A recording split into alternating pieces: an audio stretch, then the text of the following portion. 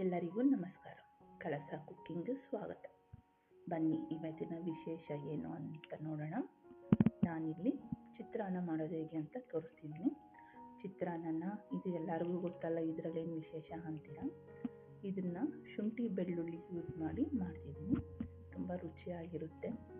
ನೀವು ಈ ರೀತಿ ಒಂದ್ಸರಿ ಟ್ರೈ ಮಾಡಿದ್ರೆ ಪದೇ ಪದೇ ಇದೇ ರೀತಿ ಮಾಡ್ತೀರಾ, ಅಷ್ಟು ಚೆನ್ನಾಗಿರುತ್ತೆ.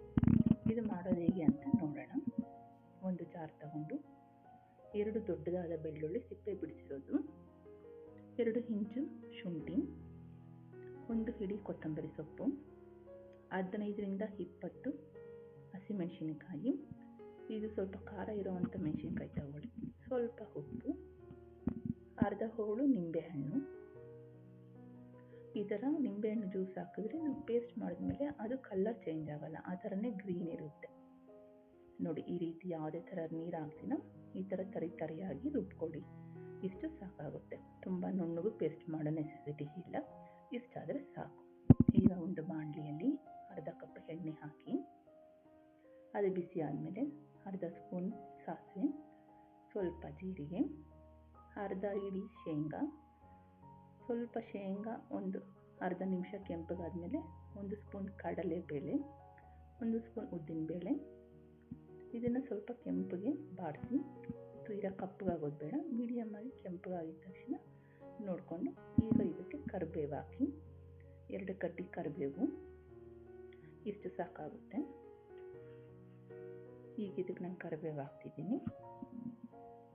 ಇದನ್ನು 1 ನಿಮಿಷ ಕೈ ಆಡಿಸಿದ್ಮೇಲೆ ನಾವು ರುಬ್ಬಿ ಇಟ್ಕೊಂಡಿರುವಂಥ ಪೇಸ್ಟ್ನ ಇದಕ್ಕೆ ಆ್ಯಡ್ ಮಾಡಿ, ತುಂಬ ಹೈ ಫ್ಲೇಮಲ್ಲಿ ಇಡಬೇಡಿ, ಮೀಡಿಯಮ್ ಫ್ಲೇಮಲ್ಲಿ ಇಟ್ಕೊಂಡು ಈಗ ಪೇಸ್ಟ್ ಆ್ಯಡ್ ಮಾಡಿ, ಇದನ್ನು ಎಣ್ಣೆಯಲ್ಲಿ ಜಾಸ್ತಿ ಹೊತ್ತು ಬೇಯಿಸಬಾರ್ದು.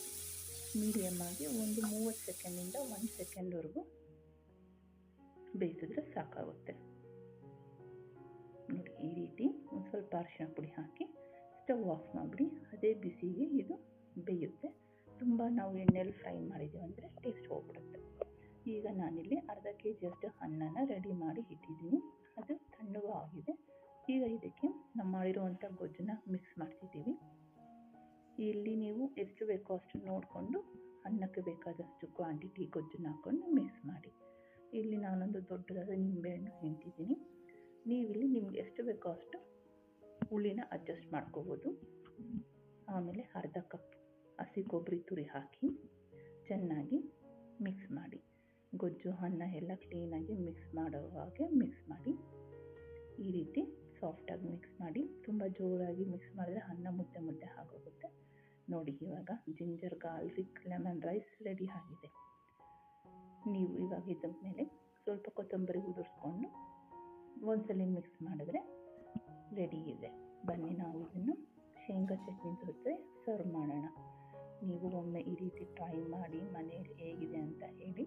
ನಿಮಗೆ ಈ ವಿಡಿಯೋ ಇಷ್ಟ ಆಗಿದ್ದರೆ ಲೈಕ್ ಮಾಡಿ, ಶೇರ್ ಮಾಡಿ, ಸಬ್ಸ್ಕ್ರೈಬ್ ಮಾಡಿ. Thank you.